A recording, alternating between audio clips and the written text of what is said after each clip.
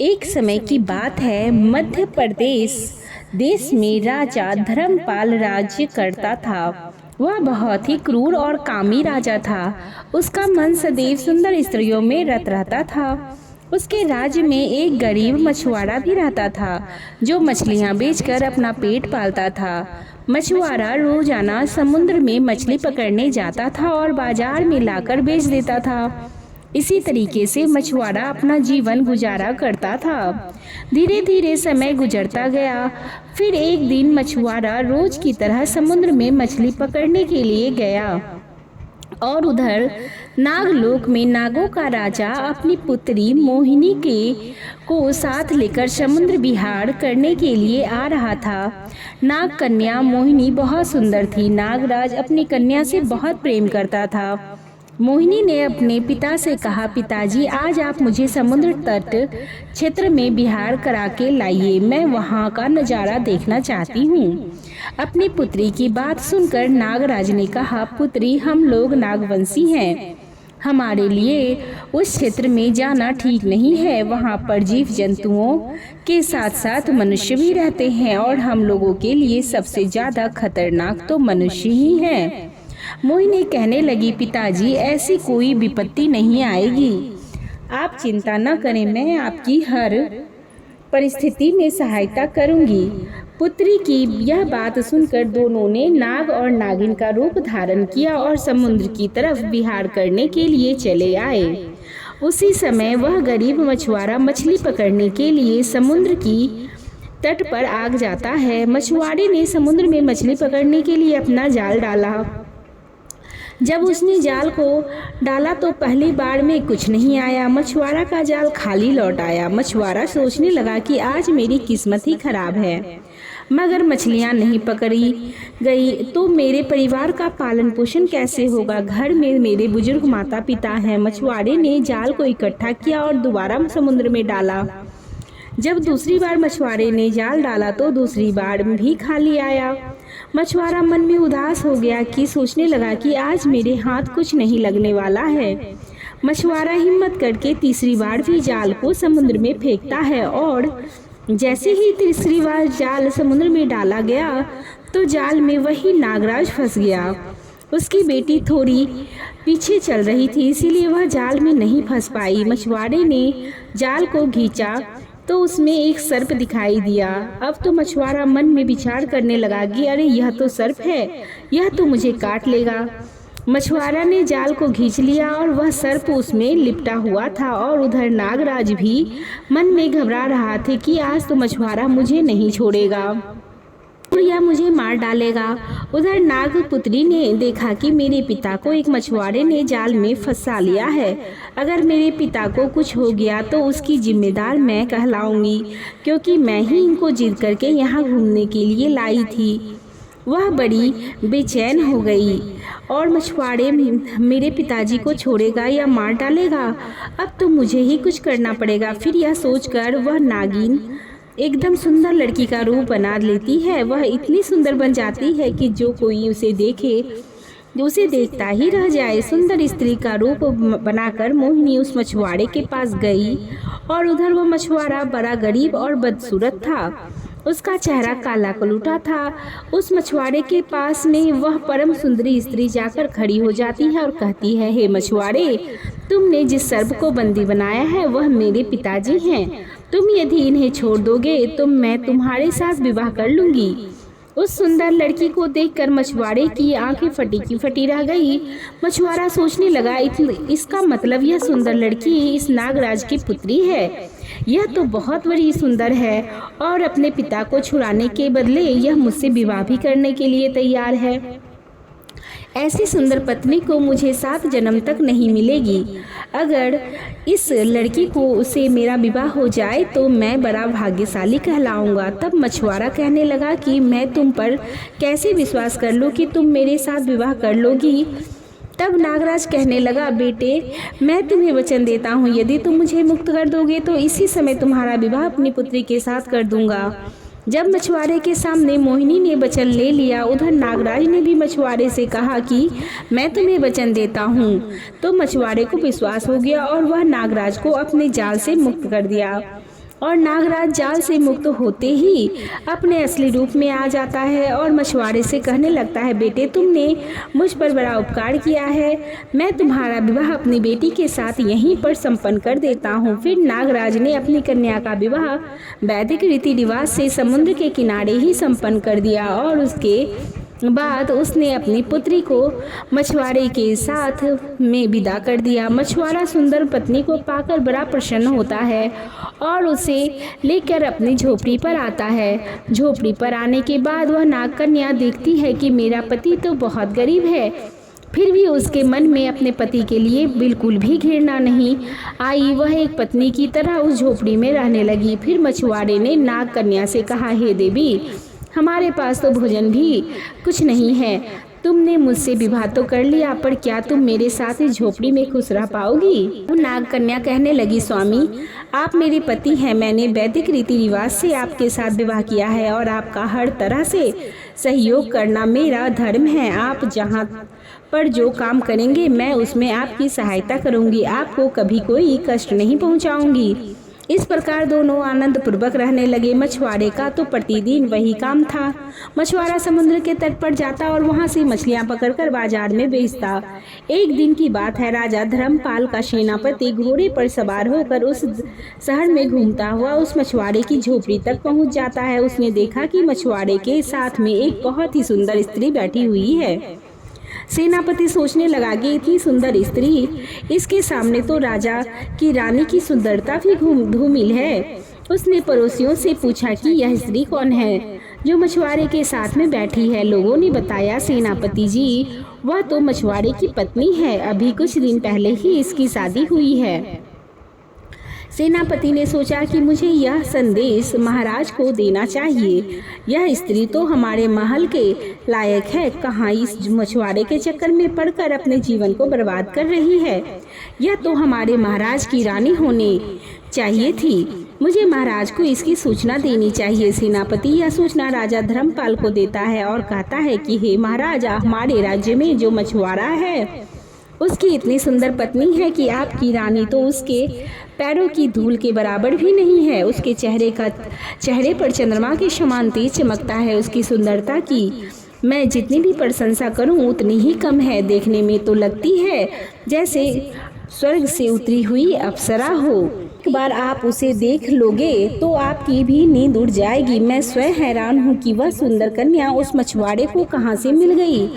जिस हीरे को महल की सुंदरता बढ़ानी चाहिए, वह एक गरीब की झोपड़ी में चमक रहा है। फिर सेनापति राजा धर्मपाल को लेकर उस मछुआरे के घर की ओर चल दिए और उस मछुआरे की झोपड़ी पर पहुंच जाते हैं। जब मछुआरे ने राजा और सेनापति को देखा तो मछुआरे ने उनका खूब आदर सत्कार किया और कहने लगे, हे राजन, आपने मेरी झोपड़ी में पधारने का कष्ट क्यों किया? मुझे बता देते, मैं स्वयं चला आता। तब राजा मछुआरे से कहता है कि तुमने इतनी सुंदर पत्नी कहाँ से प्राप्त की है? तुम इसे कहाँ से लेकर आए हो? यह तो किसी राजा की रानी मालूम पड़ती है।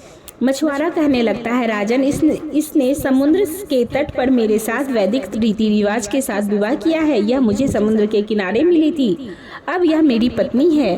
राजा ने कहा, मछुआरे, तुम्हारी इतनी सुंदर पत्नी नहीं हो सकती। हमारे राज्य में केवल राजा को ही यह अधिकार है कि वह सुंदर पत्नी रखे, इसीलिए तुम्हारी यह पत्नी राजमहल में जाएगी और हमारी रानी बनकर रहेगी। राजा की बात सुनकर मछुआरा कुछ उदास हो जाता है और कहने लगता है, हे राजन, यह तो मेरी पत्नी है। ये तो अनीति हो जाएगी। राज्य का नियम बदल जाएगा। आप सर्वशक्तिमान हैं, जो चाहे वह कर सकते हैं, मगर यह धर्म नहीं है। तब राजा कहता है कि सुन मछुआरे, हमारी 3 शर्तें हैं। अगर तुम तीनों शर्त जीत जाते हो तो यह स्त्री तुम्हारी रहेगी, और यदि हार गए तो यह पत्नी राजमहल में भेजनी पड़ेगी और तुम्हें इस देश में किसी दूसरे देश में जाना पड़ेगा। हम तुम्हें देश निकाला दे देंगे। मछुआरे ने कहा, राजन, मैं आपकी शर्तों को कैसे पूरा कर सकता हूँ? मैं एक गरीब मछुआरा हूँ। राजा ने कहा, नहीं, हम कुछ नहीं सुनना चाहते हैं। यह अगर तुम्हें सुंदर पत्नी को रखना है तो हमारी शर्तों को मानना ही पड़ेगा। ऐसा कहकर राजा और सेनापति दोनों अपने दरबार में आ गए और इधर मछुआरा उदास मन से अपनी पत्नी के पास गया। नागकन्या ने जब अपने पति का चेहरा उदास देखा तो कहने लगी, हे स्वामी, आपकी उदासी का कारण क्या है? क्या राजा की धमकी से आप डर गए? मछुआरे ने कहा, प्रिय, मैं क्या करूं? मैं धर्म संकट में फंस गया हूं। मैं सच कहता हूं, यदि तुम मेरे पास रहोगी तो राजा हमें रहने नहीं देगा। राजा हमें जरूर मार डालेगा। इसीलिए तुमको मैं यह सलाह देता हूँ कि तुम महाराज के पास चली जाओ। तुम्हारा जीवन भी स्वर्ग हो जाएगा और मेरी जिंदगी भी बच जाएगी। मछुआरे को अत्यंत चिंतित देखकर नाग कन्या कहने लगी, हे स्वामी, आपने कैसे कह दिया कि मैं राजा के साथ चली जाऊं? मेरा विवाह तो आपके साथ संपन्न हुआ है। मेरे लिए तो आप ही राजा हैं और आपकी झोपड़ी मेरे लिए किसी राजमहल से कम नहीं है। मैं अंतिम सांस तक आपके साथ रहूंगी। मैं कभी आपका साथ नहीं छोड़ूंगी। मछुआरे ने कहा, फिर राजा की शर्त का पालन कैसे होगा? राजा की शर्तों को पूरा कैसे किया जाएगा? तब नाग कन्या कहती है, देखो, तुम ऐसा करो, राजमहल के दरबार में जाओ और राजा से उनकी शर्तों के बारे में पूछना और राजा से कहना कि अगर मैंने आपकी शर्त को पूरा कर दिया तो आपको भी देश निकाला होना चाहिए। अगले दिन मछुआरा राजा के दरबार में जाता है और राजा से कहता है कि हे राजन, आपकी वह तीनों कौन सी शर्त है? कृपया मुझे बताइए। राजा ने कहा कि मछुआरा, सुनो, पहली शर्त हमारी यह है कि हमने एक तोता पाल रखा है। यदि तुम्हारा तोता हमारे तोते को हरा देता है तो तुम जीत जाओगे, और यदि हमारे तोते ने तुम्हारे तोते को हरा दिया तो तुम्हारी पत्नी हमारे राजमहल में रहेगी और तुम्हें देश निकाला दे दिया जाएगा। राजा की शर्त सुनकर मछुआरा कहने लगा कि राजन, मुझे आपकी यह शर्त मंजूर है। फिर अगले दिन यह ऐलान कर दिया जाता है कि कल महाराज का तोता और मछुआरे के तोते के साथ लड़ाई होगी। अब जैसे ही दूसरे दिन होता है तो पूरे शहर की भीड़ तोते की लड़ाई देखने के लिए वहां इकट्ठा हो जाती है। उधर मछुआरा बड़ा परेशान होता है कि मैंने अपने पत्नी के कहने पर राजा से शर्त तो लगा ली है, लेकिन मेरा तोता राजा के तोते से जीतेगा कैसे? यह सोच में बेचारा मछुआरा बहुत ही चिंतित था। मछुआरा ने अपनी पत्नी से कहा कि प्रिय, हमारा तोता महाराज के तोते से कैसे जीतेगा? नाग कन्या बोली, स्वामी, आप चिंता मत करो, हमारा तोता ही जीतेगा। इतना कहकर वह नाग कन्या तुरंत ही नागिन के रूप में आती है और पाताल में अपने पिता के पास पहुंच जाती है और सारी कहानी सुनाती है। नागराज कहने लगा, पुत्री, अगर ऐसी बात है तो तुम चिंता मत करो, मैं तुम्हारे एक शक्तिशाली तोता देता हूँ। यह वैसा तोता नहीं है, यह दिव्य तोता है। इसके सामने राजा के तोते की तो औकात ही नहीं है। पृथ्वी के सारे तोते आ जाए तो भी हम इसके सामने टिक नहीं पाएंगे। पुत्री, तुम इस तोते को ले जाओ। और नाग कन्या उस तोते को लेकर अपनी झोपड़ी में लौट आती है। मछुआरा उस तोते को लेकर राज दरबार में हाजिर होता है। चारों तरफ शहर के लोगों की भीड़ थी। वे सब तोते की लड़ाई देखने आए थे। जब दोनों तोतों की लड़ाई लग गई तो दिव्य तोते ने कुछ ही समय में राजा के तोते को हरा दिया। इस प्रकार राजा की हार हो गई। चारों तरफ मछुआरे के तोते की जय जयकार होने लगी। तब राजा कहता है कि हे मछुआरे, अभी भी हम शर्त नहीं हारे हैं। हमने तुमसे 3 शर्त पूरी करने को कहा है, अभी हमारी 2 शर्तें बाकी हैं। मछुआरा कहने लगा, महाराज, आप अपनी दूसरी शर्त भी बताइए। तब राजा कहता है कि मछुआरे, एक ऐसी टोकरी लेकर आओ जो बहती हुई नदी के प्रभाव को उल्टा कर सके। राजा की दूसरी शर्त सुनकर मछुआरा चुपचाप उदास मन से अपनी झोपड़ी में लौट आया और अपनी पत्नी से कहने लगा कि हे प्रिय, हमारा तोता तो लड़ाई में जीत गया, परंतु राजा ने एक और समस्या खड़ी कर दी है। नाग कन्या कहने लगी, कौन सी समस्या है, मुझे बताओ। महाराज ने ऐसा कहा है कि तब मछुआरा कहता है कि राजा ने एक ऐसी टोकरी लाने को कहा है जो नदी के प्रवाह को उल्टी दिशा में बहा दे। लगता है हम राजा की यह शर्त पूरी नहीं कर पाएंगे। अब तो तुम्हें राजा के महल में जाना ही होगा।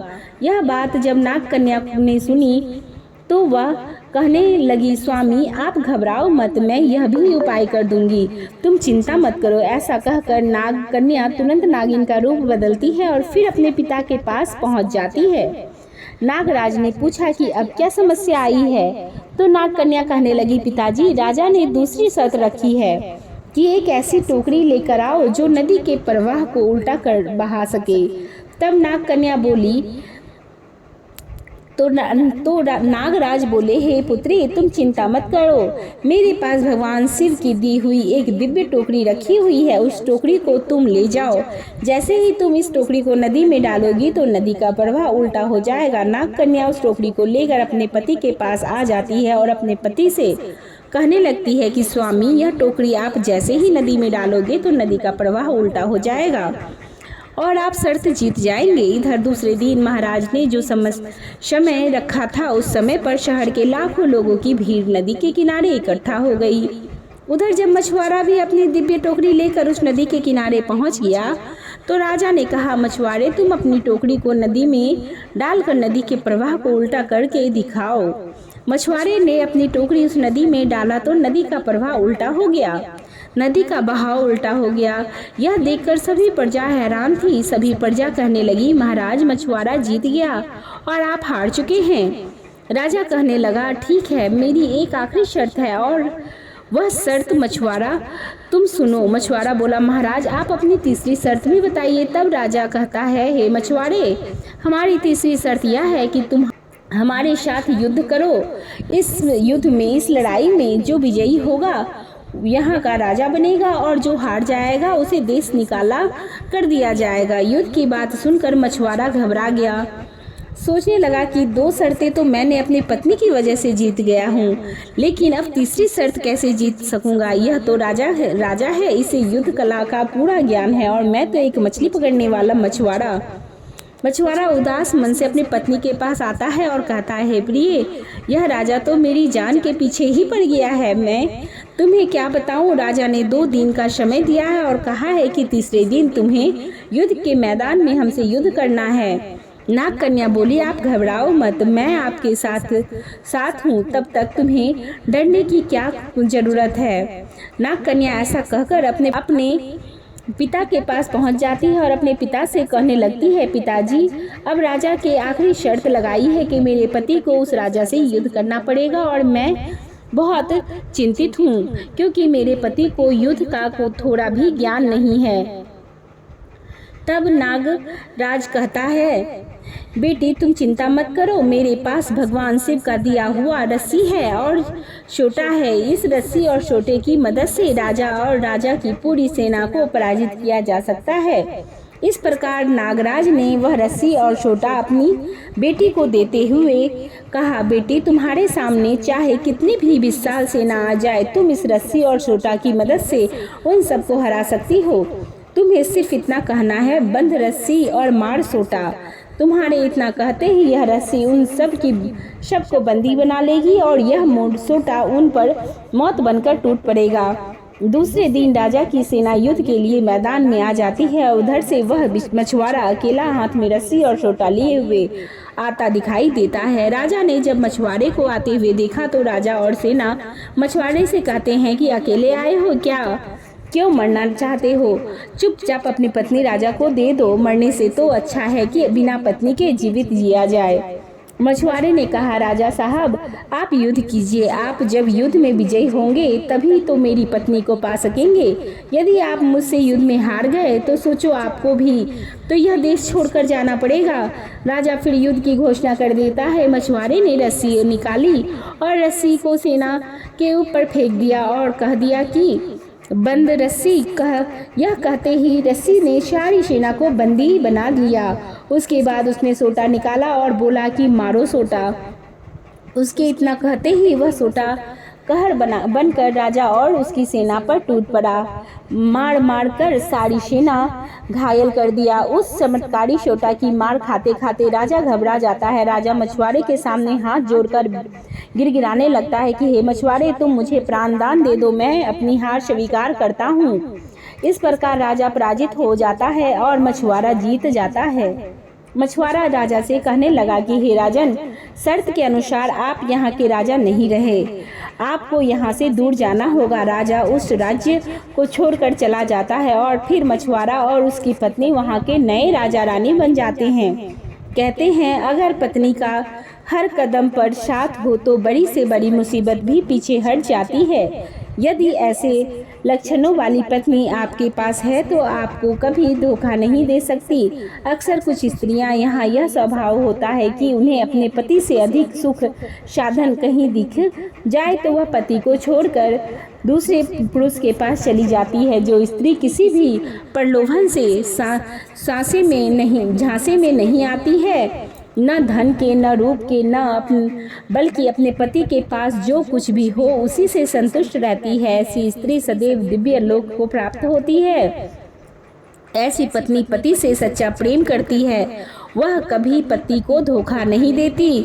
यह तो संतोष की भावना होती है, यह माता पिता के घर से सीख कर आती है। माँ बाप अपने बच्चों में जैसी आदत डालते हैं उसका स्वभाव वैसा ही बन जाता है। अगर आपके पास कोई विशेष वस्तु है, कोई सुंदर स्त्री है तो उसे हमेशा ढक कर रखना चाहिए। माना कि आपका मन किसी पर नहीं जाएगा, पर इस संसार में अनेक भेड़िए घूम रहे हैं, हो सकता है कि उनकी कुदृष्टि उस पर पड़ जाए और आप मुसीबत में पड़ जाएं। चाहे कितनी भी गहरी दोस्ती हो, फिर भी किसी को अपने घर के अंदर बुलाकर नहीं लाना चाहिए, क्योंकि कहते हैं काम का अंधा व्यक्ति रिश्ते को भी भुला देता है। और ना कभी अपनी स्त्री को ऐसे लोगों के साथ बाहर भेजना चाहिए जो अपरिचित हो, जो गंदे चरित्र वाले हों और जो एक उम्र और एक अवस्था के हों, क्योंकि यह शैतान मनुष्य